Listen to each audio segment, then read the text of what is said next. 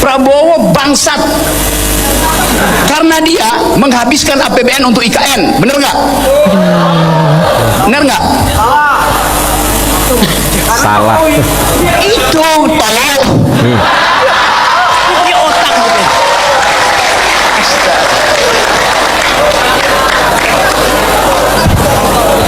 Ulangnya ya, tambahin ya.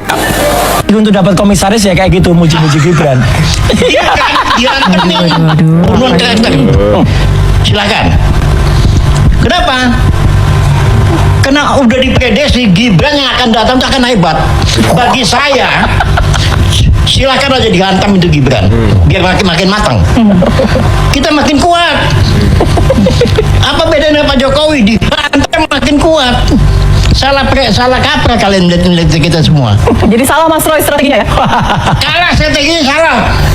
Ya. Itu strategi untuk dapat komisaris ya kayak gitu, muji-muji Gibran. Iya, diapain? Tetap eksis. Apanya yang etis? Jelas gak etis dia. Ya, siapa yang ditanya taruhan? Masalah ini sampai tahun 2029. Ayo, siapa yang taruhan? Kalau bisa masalah Pak Jokowi itu diambangin. Pengadilan diulur-ulur gitu. Itu yang terjadi. Terus menjadi nanti bukti ini lagi nih, bahwa memang Presiden Republik Indonesia yang bernama Joko Widodo itu adalah pendusta, pembohong, dan telah merusak citra bangsa Indonesia. Sekarang tambah lagi dengan putranya Gibran yang juga dipermasalahkan dokumennya. Oleh karena itu, prinsip perjuangan kita adalah adili Jokowi, makzulkan Gibran. Adili Jokowi, makzulkan Gibran. Prabowo harus melakukan upaya mendukung itu. Terakhir ini, jadi Prabowo harus mendukung. Dia punya aparat kepolisian yang bisa diperintahkan untuk memproses menuju adili Jokowi. Dan dia punya juga komunikasi politik, koordinasi, konsolidasi dengan partai-partai politik yang bisa masuk ke ruang parlemen, DPR, ke MPR untuk bisa memakzulkan Gibran. Jadi ini adalah kewenangan yang bisa dia lakukan. Oleh karena itu kita tantang itu.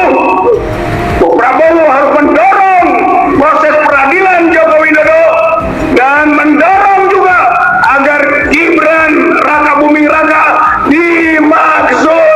Fufafa adalah aib nasional. Masa bangsa ini mau punya aib nasional bernama Fufafa? Soal ijazahnya Jokowi udah selesai kalau menurut kami ijazah itu dengan terbitnya buku Jokowi's White Paper yang kami susun bertiga, ya, saya, Dr. Rismon, Dr. Tifa, 700 halaman itu pure science, itu ilmiah. Jadi itu ada lengkap semua metodologinya dan kronologinya. Jadi itu sudah selesai. Perkara perkara kepolisian masih jalan ya terserah saja. Kita senyumin aja, yang kita jawab saja. Tapi soal kebenaran dari skripsi Jokowi itu 99,9% palsu dan itu tidak mungkin terbit ijazah yang benar. Nah sekarang soal Gibran, ya, ini jelas juga, betul saya setuju tadi, like father like son, ya.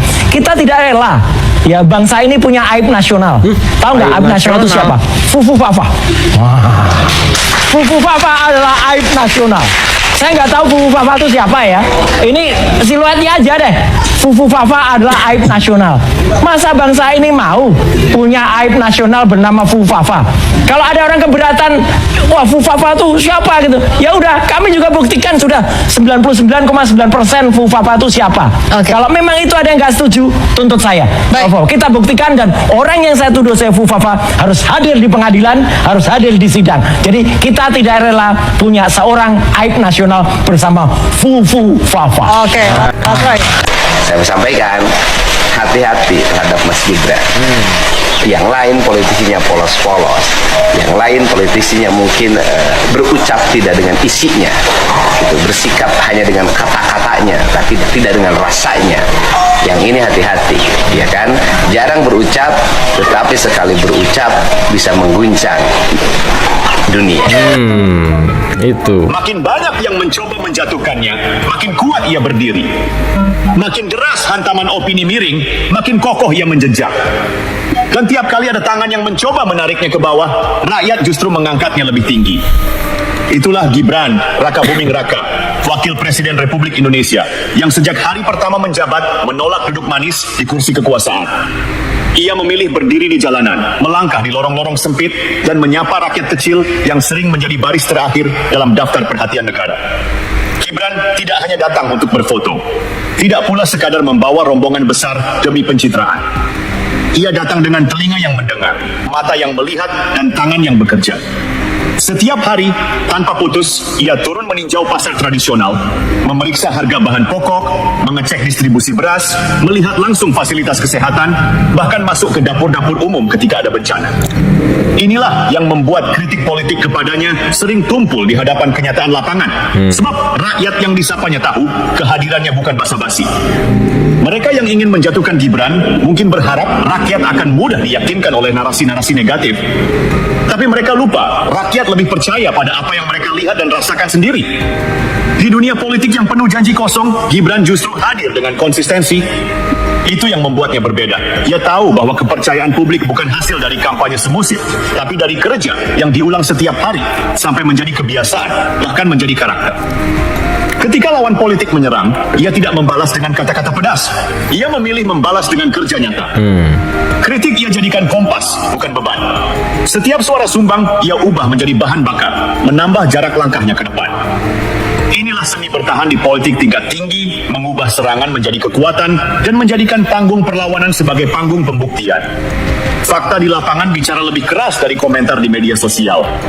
Kunjungan kerjanya tercatat rutin di berbagai daerah, dari Jawa Tengah hingga Papua. Ia memeriksa progres pembangunan, mendengar keluhan nelayan, berdialog dengan petani, mengunjungi UMKM, bahkan menyapa anak-anak di sekolah pedalaman. Ia tidak hanya membicarakan visi besar di balik podium, tapi memegang sendiri hasil kerja tim di lapangan. Inilah yang membuatnya mulai dikenal bukan hanya sebagai putra Presiden Jokowi, tapi sebagai sosok yang membangun reputasinya sendiri. Gibran paham jabatan wakil presiden bukan sekadar cadangan atau pelengkap. Ia menjadikannya ruang strategis untuk memperkuat koordinasi pusat dan daerah, mengawasi kebijakan agar tepat sasaran, serta memastikan suara rakyat sampai ke telinga pengambil keputusan. Dan setiap kali ia melangkah keluar dari istana untuk menemui rakyat, ia sedang mengirim pesan diam-diam. Bahwa kekuasaan sejati ada pada kemampuan menyentuh hati rakyat, bukan sekadar memegang kendali kursi. Maka tidak heran bila setiap upaya menjatuhkannya justru menambah simpati publik. Rakyat melihat, rakyat menilai, dan rakyat menyimpulkan. Pemimpin yang mau datang ke pintu mereka setiap hari, pasti akan mereka jaga dari siapapun yang mencoba merobohkannya. Disinilah kekuatan politik Gibran lahir, bukan dari sekutu elit, tapi dari fondasi paling kokoh. Kepercayaan rakyat kecil. Ketahanan politik Gibran bukan sekadar hasil warisan nama besar keluarga.